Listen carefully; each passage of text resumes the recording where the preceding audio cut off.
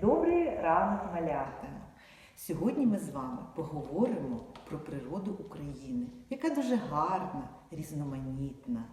І відгадайте загадку. Кругом вода, а напитися не можна. Що це, дітки? Звісно, це море. Землі нашої країни омивають два моря – Чорне море та Азовське. В морях водиться багато риби, ростуть водорослі, біля моря свіже повітря.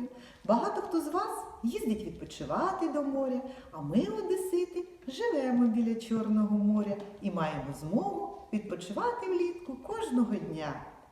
Відгадайте наступну загадку. Тече, тече, не витече, біжить, біжить, не вибіжить.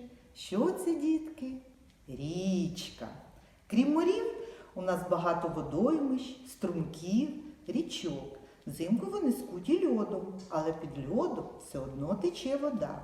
Річки – це народне багатство. В давні часи люди намагалися поселитися біля річки, щоб брати воду, ловити рибу.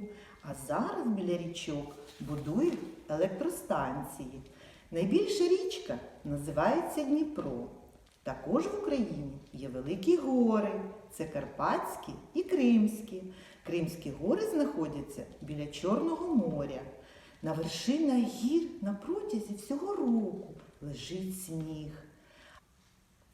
А які великі, гарні ліси в Україні! Це листяні, хвойні, мішані.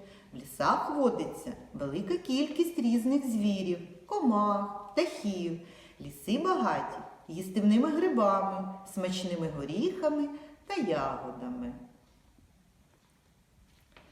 Сподобалась, діти, вам природа України? А вже ж яка гарна! Отже, любіть її, цінуйте, оберігайте. До побачення, мої хороші! До зустрічі!